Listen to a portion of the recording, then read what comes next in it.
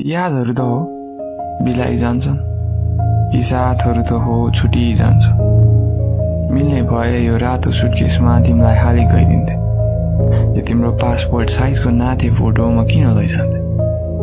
म पागल आफै तिमीमा हराउँछु, आफै टाढिन खोज्छु, म स्वार्थी रहेछु। तिमीले देख्ने संसार भुलेछु, सबै थोक आफ्नै ठान्न पुगेछु।